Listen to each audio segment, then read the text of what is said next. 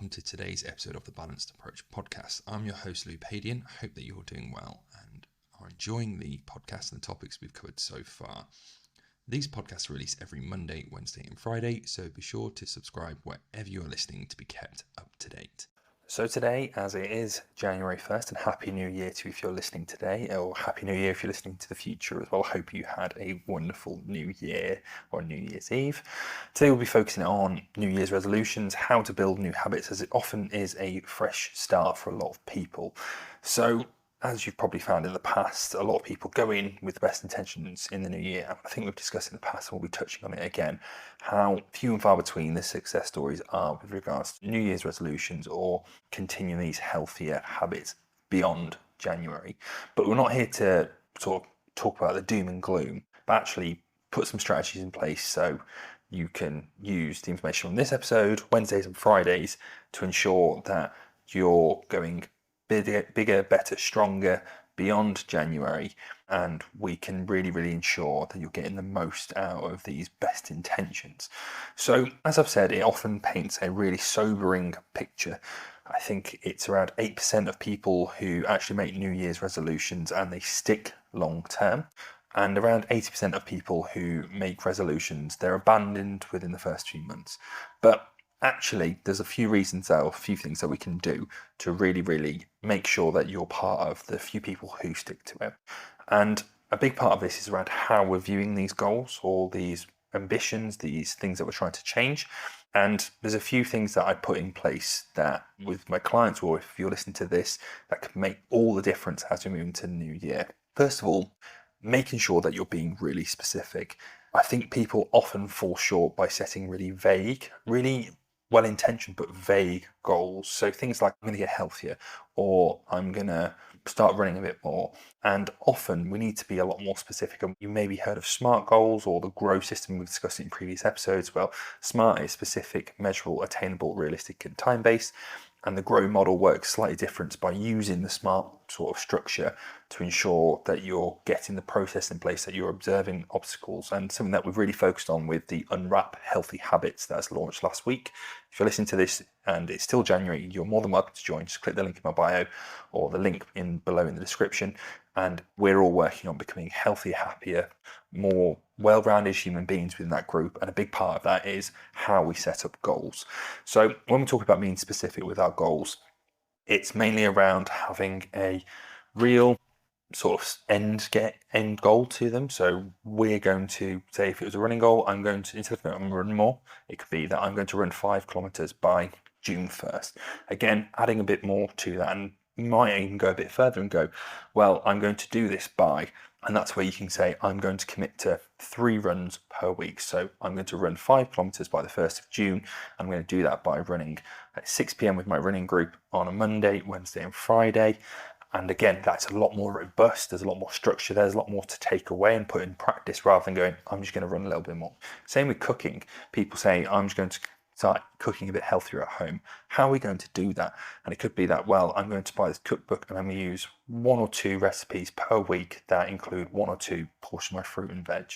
Or it could be that I'm going to batch cook once a week, so it's making it a bit easier, but those batch cooks are going to be potentially a bit more nutritious, lower in calories potentially, and all those things make it clear of how we're going to achieve it, not just with the best intentions going, I'm going to cook a bit healthier.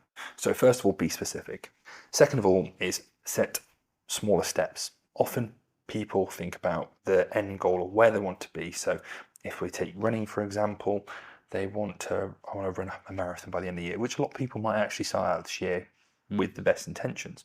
But if they come in a position of that they don't run at all, then that's a big way to go. So instead, actually, that 5K or being able to run for 10 minutes could be their first stepping stone on that journey, rather than going, I'm going to take this massive leap, breaking it down into small, bite-sized, actionable chunks that can really be motivating, sort of milestones on where that you can tick off. So a really good way to do this, if you're losing weight, often people say they've got this really big weight loss goal, which is fantastic and something that I definitely support if it's going to improve their health and well-being. But actually, we're trying to lose a small amount of weight consistently. So instead of saying I'm going to lose 10 kilos or 10 pounds, right, well, let's focus on losing the first pound. And then once we've ticked that off, let's focus on the next pound and the pound after that. And again, a good way to have this is sort of visualize it often, and something that I've sent out to clients in the past and I've created for patients as well, is sort of visualization sort of charts that people can tick off for each pound that they've lost across the weeks. And if they've got 50 pounds to lose, they can look at this chart, and if they're halfway through it, they go, well, actually I've ticked off a lot there, that's 25 pounds I've lost. When often people might get caught up saying, well, I've not lost that 50 pounds yet, instead of celebrating all the work that they've done along the way. So second of all, small steps rather than big leaps. So third of all is, why do you want to do this? And this is a really, really good thing that a lot of people should do more often, is reflect on the why. And there's a really good book called Start With Why, and that by Simon Sinek. And I think understanding the why behind something makes us more likely to engage with it and understand the true values of the action. So if you want to lose weight, why do you want to lose weight? What benefits is that going to add to your life? What potential consequences are there going to be from that as well?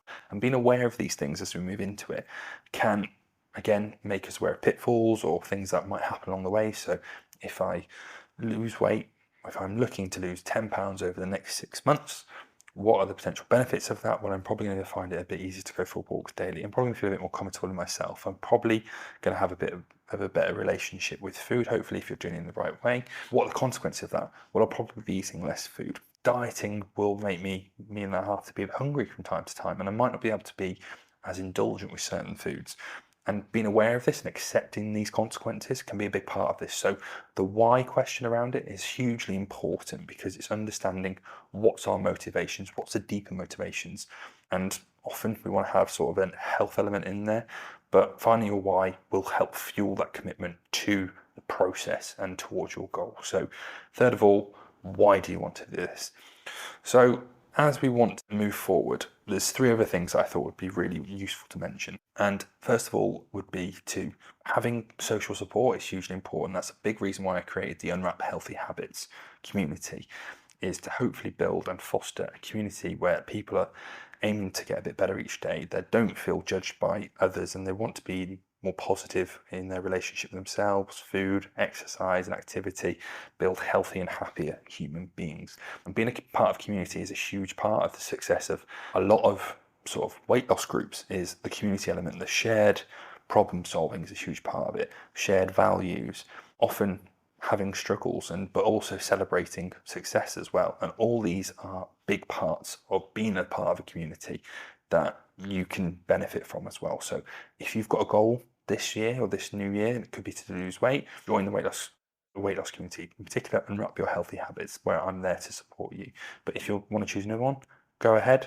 There's a huge amount of benefits from being part of a community. If you want to get fitter, joining a running club could be a good way to do it. Joining a gym and being part of a really tight-knit community, and there's a huge array of gyms out there. Some are really, really tight, some aren't that good a community to be part of, and finding the right community for you is a really big part of that. Second of all, track your progress. We've already mentioned about those weight loss trackers that I think are really useful, but having a visual part of the journey can be really useful for you to see how much progress you're making along the way. One of the biggest things that I often do with clients is reflecting on the journey that they've been with pretty much every week or every month at least. So if someone's lost weight in the past, and their goal is weight loss, but it might have plateaued a little bit because they might have been going through life stresses, and actually us taking away the focus of weight loss is a stress that they probably don't need right now. So we'll take that off, practice a bit of a maintenance phase, or a bit of maybe a building on their relationship with food, or removing tracking potentially. But we might want to review them. So when they're going through these weeks where in the back of the head, they've had it ingrained where they should be losing weight when they're doing this, they're either losing weight or they're failing. Actually, you might have a look at all these positive things that they might have be doing, where they're getting fitter, getting stronger, they're benefiting from their relationship with food, they're feeling more relaxed around food, but also reflecting on, right, so if we actually have a look at where you started to where you are now, you've had a really good solid maintenance phase, which I know isn't sexy, but there's huge benefits beyond that with how you're feeling, your relationship with food, your fitness levels, your flexibility with food, your being able to monitor and be more mindful of your food. But if we reflect on the journey, it may feel difficult, and it feels like you're not losing weight. It might feel a bit difficult or a bit uneasy at the moment. That feel like maybe you've got more weight to lose. But where you started to where you are now, and you've maintained really well, you've lost 20 pounds, you've lost 10 centimeters off your waist. And looking back and having a visual element to that and being able to relate that to weights, measurement, sizes, however you want to do it, can be a really, really useful way to track this progress. I know someone who used to track their training sessions in the gym, and at the end of the gym session, they'd had an app. I can't remember the name of the app, but it would tell them the equivalent of what they lifted. So it could have been, you've lifted the equivalent of a London bus today across your gym session. And that's really, really useful and motivating for people to use. So tracking your progress and having visual charts or visualization can be a really, really powerful tool along this way. So if you're trying to lose weight this January, maybe having a goal weight in mind or a process. So if it is half a pound or a pound a week, right, that's £5. If I'm looking to do that across 2 months, maybe that's £10, right? I've got a little chart that I'm going to tick off, and there's 10 notches on it that I'm going to tick off for 20 if you're doing half a pound each time. So that's a really useful way to engage you and motivate you moving forward. Third of all would be embrace imperfections. If you listen to any of my episodes in the past, you know that I'm all about imperfect action rather than perfect inaction. The part of the process is failure, is setbacks, is making mistakes, because they're great learning opportunities. But actually if you set out to be perfect, you're probably never going to achieve it. And if you've got that mindset of perfectionism, there's only perfect or nothing at all. That's often how people see it. They're all or nothing. And that's often a way that people describe themselves. So if you describe yourself as someone, I'm all or nothing, actually there's a huge grey area in between. And instead of being a 10 out of 10 or a 0 out of 10, and it's really hard to get to that 10 out of 10. So even if you feel like maybe you get into a 7 or 8, you go, oh, sorry, I can't be bothered, so I'm a 0 out of 10. Actually, understanding that being consistently a 6, 7, 8 out of 10 will move you close to your goal, and it's a lot easier to do, to be consistent with. So being imperfect and going, right, instead of don't eat any fruit and veg at the moment, and I need to eat 5 fruit and veg a day. So if I'm not going to hit my 5, if I've had breakfast and I've not got any, it's going to be impossible to reach 5 today. There's no point in doing it. I'm not going to bother. Actually going, well, maybe if I aim for 3 a day, and there's some really good research around prevention of cardiovascular disease, I think it's around 16 to 18% across stroke, cardiovascular disease, diabetes, and some cancers, with just 2.5 servings of fruit and veg per day. Actually, aiming for that 2.5 could be really, really beneficial, really a lot easier for people to do rather than aiming for the 5. And if they're consistent with the 2.5, they build that consistency, they build the habits around it, they learn ways to enjoy it. Going from a 2.5 to a 3 to a 4 maybe, it's a lot easier in 6 months' time once they build that consistency with a 2.5, rather than from January, right, I'm going to go 5 portions of fruit and veg a day, because you might last for a certain amount of time, but if you don't enjoy fruit and vegetables, if you can't cook very well or find it really difficult to make high fruit and veg foods, or foods that include those foods in your diet, that and if you're making it find it really hard to make them taste good, then it's only going to last so long. But if we go, right, if you're starting at 0 at the moment, I just want you to have 1 piece of fruit per day. Whatever fruit you want, just a small portion of it, try for your best at the moment. I know it's not 5, we'll get there eventually. Actually, for the first 2 weeks, just 1 portion a day. Most people turn around and go, well, I can probably do more than 1. And if you want to do more, fantastic. But actually, let's just set the bar at 1.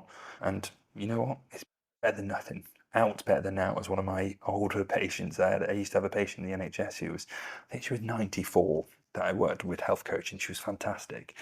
And she was just a breath of fresh air. She was really quite active for her age, and she's just checking with me each week. But when we used to talk around activity and how she got on, she'd be like, well, you know, out's better than out. And she's 100% right. And that's the attitude I think a lot of people need. So embracing the imperfections, embracing imperfect action, understanding that it won't go to plan, and that's all part of the process, and that's okay. It's a great opportunity to learn, for us to get better and move forward, is going to take you a lot further than that all or nothing mindset, that perfectionist mindset that we feel that we need to have in order to succeed. So remember, resolutions aren't deadlines. And I love this quote that I found. It's, resolutions aren't deadlines, they're stepping stones to a better you. I think that's a wonderful way to phrase it. I'll probably post a quote of that later on. So using SMART and GROW goals, finding your why, really, really useful ways to make sure that you're getting the most out of this motivation that a lot of people have got after taking to January. And I think using that is really, really beneficial. We want to make sure that doesn't go to waste. And simple ways to do that is be really specific with what you want to achieve. Set some small steps instead of big leaps. So how can we break this down into bite-sized chunks, process along the way. Understanding why we want to do that is a really, really important thing, because if the why is not strong enough, the how and the when aren't going to appear. having potentially a social support system or a buddy system or a community that you want to be part of. And that's why we've got Unwrap Healthy Habits. As I've said, you're more than welcome to join. If you can't find anywhere, just let me know and I'll send you a link across to it. Tracking your progress is really motivating, but having a visual part of that with regards to measurements, achievements, distance covered if you're walking or running, those can be really, really motivating. So having a visual element, no matter how small or silly it might seem, I think it's a really, really big part of it. And last of all, but not least, embrace the imperfections. Embrace imperfect action. Don't see it as a setback, see it as part of the process, something that you're going to learn from, get better from. And actually having that support in place, potentially with the community, will help you navigate them a bit better, and you can learn from others and their mistakes, but you'll never get it 100% right all of the time. So actually understanding that takes the pressure off you and allows you to explore things and go, well, I'll try this, and if it doesn't work, you know what, I've learned from it, or it might have gone okay and I can take some parts from it, but actually when I try it next time, I might try it this way. So lots to be excited about in the new year. As I've said, Unwrap Healthy Habits is there for you. Take full advantage of it because I think it's a fantastic process. We talk about goals. This week moving forward is the first week of January to around physical activity. Lots of useful information and ways that we're going to compete and sort of have a challenge or challenge ourselves, particularly moving through this week. And as we move into next week and the week after that, there'll be more topics. So make sure you join now not to miss out. And I will see you on another episode. So thank you very much for watching or listening to today's episode of the Balanced Approach podcast. If you'd like access to the free resources mentioned in this podcast, then just drop me a DM on Instagram at Louis Padian Nutrition. If you would be interested in getting healthier and happier in the new year, remember to join the waiting list by clicking the link below. It will be open from Boxing Day and will help you unwrap healthy habits into the new year.